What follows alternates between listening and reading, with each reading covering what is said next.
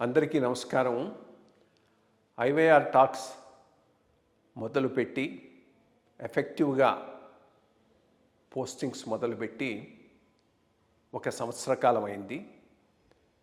ఈ సంవత్సర కాలంలో సబ్స్క్రైబర్స్ బేసు 3,000 నుంచి 33,000 దాకా పెరిగింది. ఐవైఆర్ టాక్స్ను ఆదరిస్తున్న మీ అందరికీ నా ధన్యవాదాలు. భవిష్యత్తులో కూడా ఇదే రకంగా ఐవైఆర్ టాక్స్ని మీరు ఆదరిస్తారని ఆశిస్తూ ఉన్నాను. Thank you. అందరికీ నమస్కారం. ఐవైఆర్ టాక్స్కు స్వాగతం. ఈ మతపరమైనటువంటి రాజకీయం ఆంధ్రప్రదేశ్లో చాలా గట్టిగా ముందుకు పోతూ ఉన్నది. ఆగేటట్టుగా కూడా ఒప్పించడం లేదు. ఇది తిరుపతి లడ్డూతో స్టార్ట్ అయ్యి దాంతోనే కంటిన్యూ అవుతున్నది. అది ఒక పెద్ద ఇష్యూ చేయటం జరిగింది. ఇది ఇట్లా ఉంటే ఈ మధ్య జగన్మోహన్ రెడ్డి గారు అక్కడ పులివెందల దగ్గర ఎక్కడనో ఒక శివాలయం ప్రారంభోత్సవానికి పునరుద్ధరోత్సవానికి వెళ్ళి కూర్చొని పీటల మీద చాలా దానికి పబ్లిసిటీ ఇచ్చుకున్నాడు. ఇక్కడ 2 విషయాలు ప్రధానంగా గుర్తుంచుకోవాలి. 2019లో జగన్మోహన్ రెడ్డి గారు అధికారంలోకి రాకముందు ప్రశాంత్ కిషోర్ యొక్క ఒక యాక్షన్ ప్లాన్ ప్రకారంగా ఆయనను ఒక డివోట్ హిందూగా ప్రజలకు ప్రజెంట్ చేయడానికి ఎక్సర్సైజ్ జరిగింది.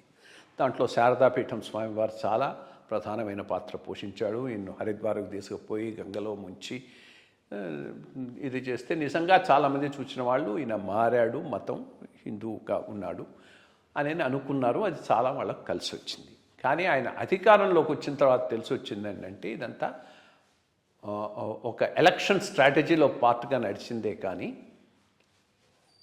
బేసిక్గా ఆయన తన మతాన్ని తాను పాటిస్తున్నాడు. దాంట్లో ఏమి తప్పు లేదు, కానీ హిపోక్రసీకి అవసరం లేదు.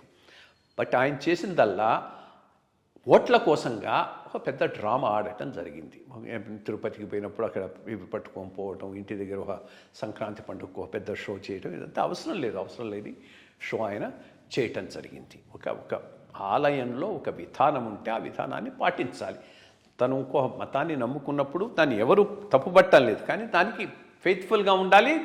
ఇక్కడ ఏ ట్రెడిషన్ ఉంటే అది పాటించాల్సిన అవసరం ఉంది. అట్లా సంతకం పెట్టి ఒక పోవాల్సిన అవసరం ఉన్న తిరుపతిలో అట్లా పోకపోవటం ఇది ఆయన చేయటం జరిగింది. యాజ్ ఏ స్టేట్ హెడ్ ఆయనకు వెళ్ళి ఇచ్చే అధికారం ఉన్నా, బట్ హిందువే ఇవ్వాలి. హిందువుగా ఉంటేనే, హిందువుగా ఫీల్ అయితేనే అక్కడ నీకు ఆలయ మర్యాదలతో ముందుకు పోయే అవకాశం ఉంది. కానీ స్టేట్ హెడ్ అని పోవటం అనేది చాలా చాలా తప్పు. అది సరైనటువంటి విధానం కాదు. ఆయన పాటించింది. ఈరోజు కూడా అటువంటి ప్రజలను మెప్పించటం కోసంగా హిందూ మత కార్యక్రమాల్లో ఆయన పాల్గొనాల్సిన అవసరం లేదు. దానివల్ల ఇప్పుడు పెద్దగా ఆయనకు కలిసి రాకపోవచ్చు. అప్పుడైతే నమ్మారు, ఇప్పుడు నమ్మేటటువంటి పరిస్థితి అయితే ఆంధ్రప్రదేశ్లో లేదు. ఇది ఒక ప్రధానమైనటువంటి అంశం. ఆయన ఆలోచించుకోవాలి. తన మతాన్ని దాన్ని పాటించుకుంటూ పక్క వాళ్లకు నేను దానికి ఎటువంటి హాము చేయనన్నప్పుడు ఎవరు దాని గురించి పట్టించుకోరు. అంతేగాని దానికోసంగా షో చేస్తూ ముందుకు పోవాల్సిన అవసరం అయితే లేదు. అట్లా చేయటం వల్ల ఆయనకు ఇప్పుడు మొదటి తరం మోసపోయినారు, కానీ ఇంకో తరం జనాలు మోసపోయేటటువంటి అవకాశం అయితే లేదు.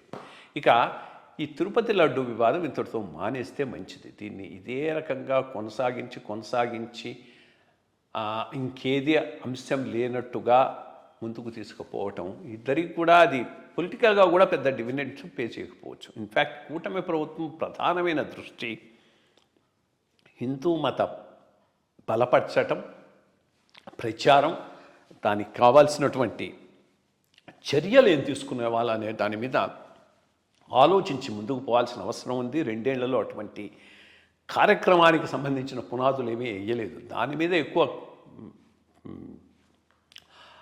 ఫోకస్ పెట్టడం మంచిది, కానీ ఇక ఈ వివాదాన్ని ఇంతటితో వదిలేయటం శ్రేయస్కరమని నేను భావిస్తూ ఉన్నాను. Thank you.